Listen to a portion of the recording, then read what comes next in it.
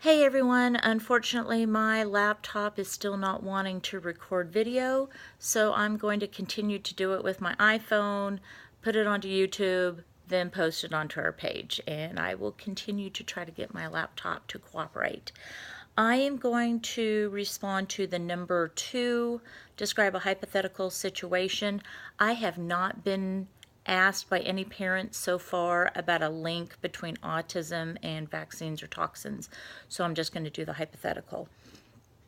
I do want to point out that I have been told by all of my principals that when I speak with parents, I cannot suggest that a child has a certain diagnosis or your child may have this or that or whatever, even ADHD, ADD. The most that I can say is, have you talked with your child's doctor? I can make that suggestion, but I am in no way allowed to make any kind of diagnoses because I'm not a diagnostician or a doctor. So, with that in mind, if a parent during a conference asked me what I thought and I was free to say what I was thinking, I would first of all tell them that I understand. As a parent of 3 kids, I was also concerned about getting the MMR, measles, mumps, and rubella vaccine for my children because my kids were little around the time all of this scare and turmoil came up. And so I did talk with my pediatrician. So my pediatrician, who had been practicing for 40 plus years, assured me that in no time, with all the patients that he had seen, any research he had done, any conferences he had gone to, he never personally saw a link between the MMR vaccine and autistic tendencies. And so he felt very, very strongly that the vaccine was safer than not doing it. He did say to me, sometimes you have to choose between 2 concerns. And he said it was much more likely that my children would develop measles, mumps, or rubella from which they could die than it is that they could end up with autism. And so, because I trusted him, I went ahead and had all 3 of my children vaccinated. And of course, I was very scared to do that. It was really nerve-wracking. I would also mention to parents that the reason vaccines were blamed in the first place, Andrew Wakefield, a British gastroenterologist and researcher, was the one who came up with the study saying that the MMR vaccine caused autism and gastrointestinal distress in children. And so that was an easy thing to blame. Don't get vaccines, your child won't be autistic. So many parents stopped vaccinating. Well, as it turned out, his report was fraudulent. Other researchers could not replicate his studies, and he was removed from the British Register and lost his license to practice. Also, it turned out that he had some finances wrapped up in the studies that were conflicting, and his methods of study were not accurate at all. But that was not what was broadcast in the news as widely as Jenny McCarthy with her child, and she blamed vaccines. She was on talk shows and newscasts, and she has numerous books, which I have read, and she gives a very, very compelling argument. Now, she's a parent, she's not a doctor, but it did scare quite a few of us. So I totally understand how parents could believe this.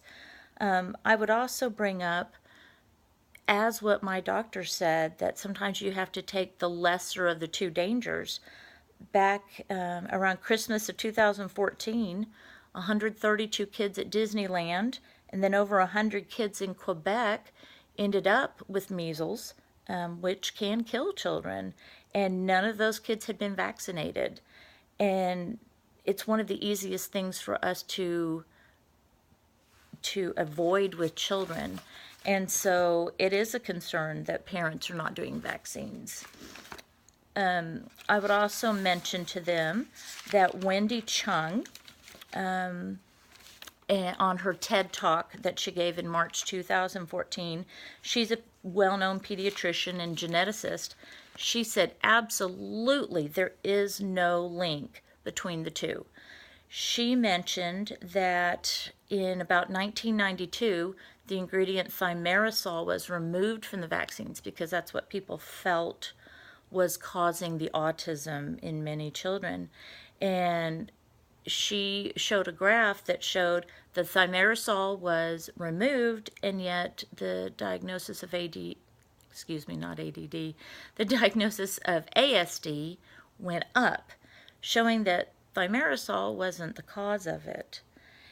And there are many reasons for the rise in ASD. We're looking at 1 in 68 kids, whereas back in the 40s, you almost never heard anybody talking about children with these tendencies. Leo Kanner was the one in 1943 who started talking about refrigerator moms and was blaming the parents and was saying that he saw very, very few children with this.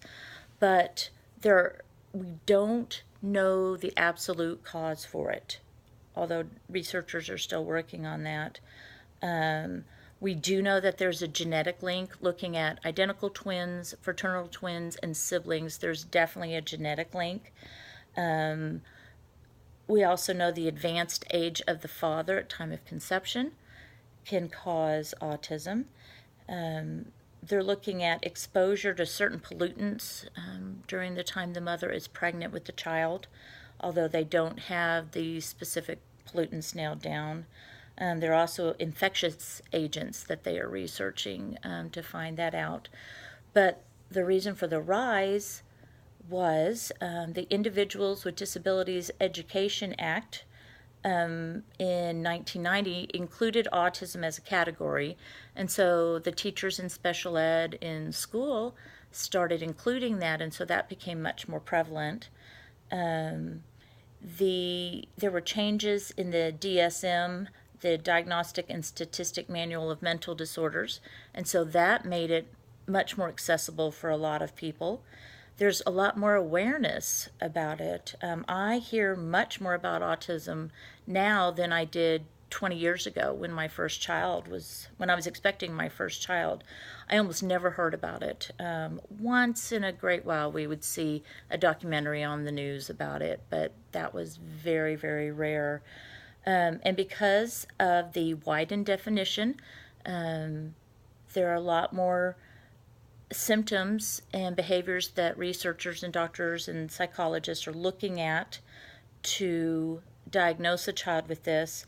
There's improved diagnosis, and there's just a lot more awareness about it. And parents are becoming a lot more proactive and going to doctors and therapists to find out if their child does have autism. So hopefully that would reassure a parent that the vaccines are not the cause of it, and that it's not an epidemic. Autism is not contagious. You cannot catch it from anybody. We are looking more at in utero and genetic causes.